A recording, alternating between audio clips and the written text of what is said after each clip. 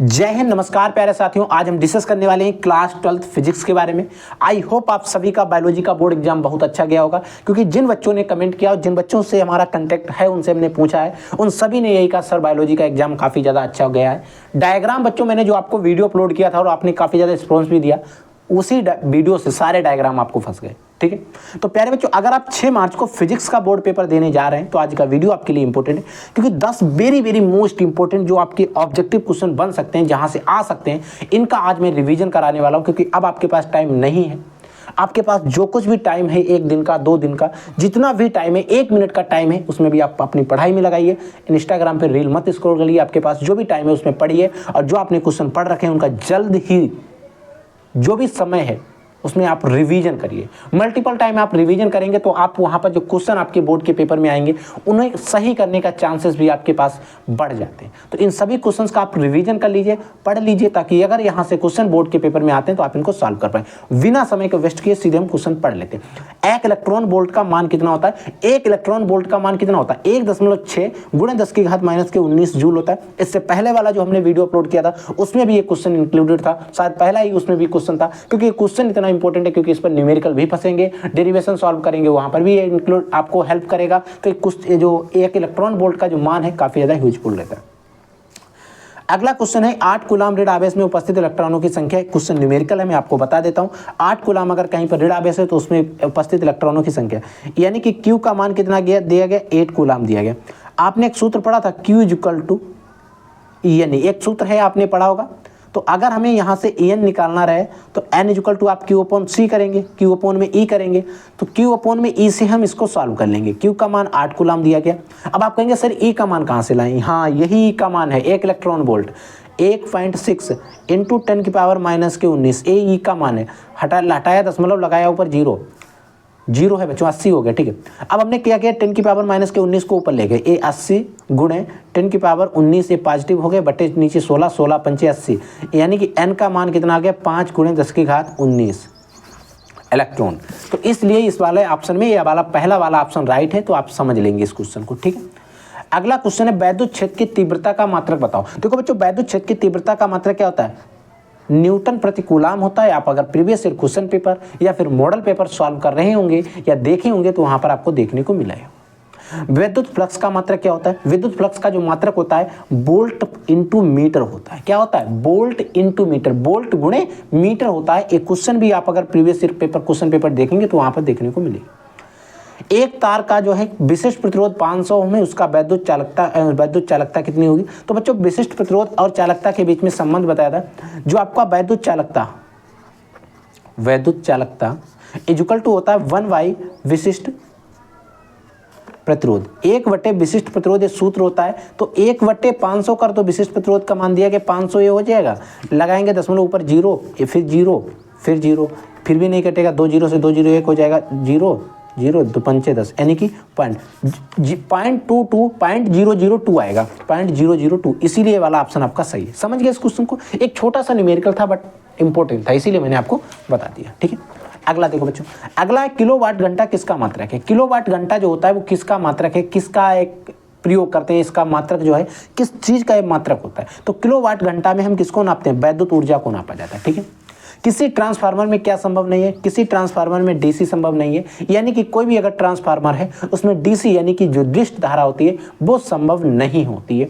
ये चीज आप याद रख लेना, इंपॉर्टेंट ये भी क्वेश्चन है। ठीक है, 2 लेंस जिनकी क्षमताएं 5 डायोप्टर तथा -3 डायोप्टर हैं संपर्क में रखे गए संयुक्त लेंस की फोकस दूरी। बच्चों, न्यूमेरिकल, इस तरीके का न्यूमेरिकल आपके पेपर में भी आ सकता है, समझ लो ध्यान से। देखो बच्चों, क्षमताएं निकालने के लिए एक सूत्र होता है, P इक्वल टू होता है P1 प्लस P2, ये आपका एक फॉर्मूला होता है, एक सूत्र होता है। ठीक है, अब देखो बच्चों, P इक्वल टू हमें दिया गया कितना? P1 का मान 5 डायोप्टर दिया गया, प्लस सूत्र में होता है, फिर दिया गया -3 डायोप्टर। ठीक है, अब प्लस माइनस की मल्टीप्लाई होती तो आपका माइनस आएगा, तो P इक्वल टू क्या आ जाएगा? 5 - 3 हो जाएगा, 5 - 3 आ जाएगा। ठीक है, तो P इक्वल टू अगर 5 से -3 करेंगे तो 2 बचेगा, और इसका मात्रक क्या हो जाएगा? डायोप्टर, 2 डायोप्टर हो जाएगा। अब हमें निकालना क्या है? फोकस दूरी। क्या निकालनी है? क्योंकि यहाँ पर फोकस दूरी पूछ रहा है, फोकस दूरी ज्ञात करनी है, तो फोकस दूरी निकालने के लिए हमें सूत्र लगाना पड़ेगा फोकस दूरी का।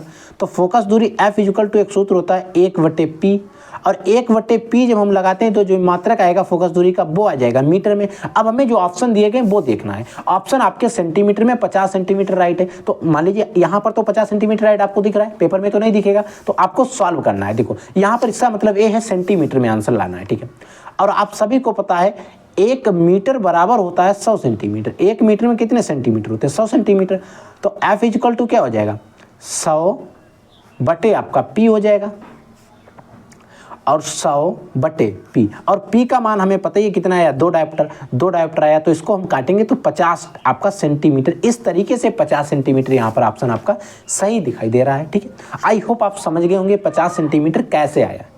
अगर कोई डाउट रहता है तो प्लीज़ बच्चों तुरंत आप वीडियो के कमेंट सेक्शन में कमेंट करिए।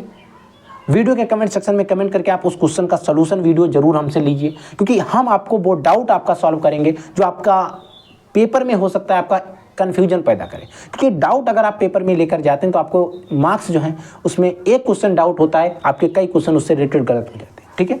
तो मनुष्य की आंख के नेत्र का अपवर्तनांक कितना होता है? देखो मनुष्य की आंख के नेत्र का जो अपवर्तनांक होता है 1.44 होता है, ठीक है। एक्चुअल मान इतना होता है, और कभी कभी आपको बोर्ड के पेपर में 1.5 भी देखने को मिलेगा।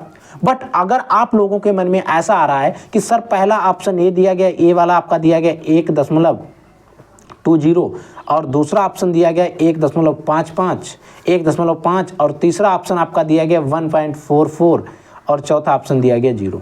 अब सर हम 1.5 लगाएंगे या 1.44 लगाएंगे? तो प्यारे बच्चों ऐसे ऑप्शन कभी भी नहीं आएंगे, ऐसे ऑप्शन आपके पेपर में कभी नहीं आएंगे, ये चीज़ याद रख लेना।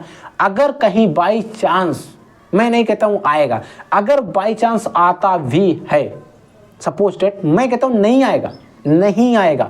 अगर कोई क्रिटिकल कंडीशन आ जाता है और आप वहाँ पर छोड़कर नहीं आना चाहते हैं, और आप चाहते हैं कि सर हम डाउट है, सर आपने ये भी बताया था, बट यहाँ पर तो दोनों आ गए, तब बच्चों आपको मेन प्रायोरिटी देना है 1.44 को। याद रख लेना, समझ गए इस चीज को। अगर दोनों आते हैं बाई चांस क्रिटिकल कंडीशन, मैं तो कहता हूँ नहीं आएंगे आपके पेपर में, तो नहीं आने वाला। अगर बाई चांस अदर एग्जाम दे रहे होंगे, कोई हाईएस्ट कंपटीशन दे रहे हो, उसमें आ सकता है, बट उसमें भी चांस नहीं है। तो ज़्यादातर चांस है कि आपको कोई एक ही ऑप्शन देखने को मिलेगा, या तो 1.44 मिलेगा या 1.5 मिलेगा, ठीक है। तो इस चीज़ को आप ध्यान रखना, कोई डाउट होता है तो पूछ लेना, ठीक है। अगला क्वेश्चन है, एक एमयू जो है वो तुल्य ऊर्जा है, एक एमयू जो है कितने ऊर्जा के बराबर है? और यहाँ पर सारे एमईवी में देखें, एमईवी का फुल फॉर्म होता है mega electron volt, mega electron volt, MeV का फुल फॉर्म होता है मेगा इलेक्ट्रॉन वोल्ट। तो एक एमयू जो होता है कितने एमईवी के बराबर होता है, कितने मेगा इलेक्ट्रॉन वोल्ट के बराबर होता है? तो बच्चों याद रख लेना, जो आपका एक एमयू जो होता है ये 931 MeV के बराबर होता है, 931 मेगा इलेक्ट्रॉन वोल्ट के बराबर होता है। तो प्यारे बच्चों 10 जो आपके ऑब्जेक्टिव क्वेश्चन थे मैंने आपको बता दिए।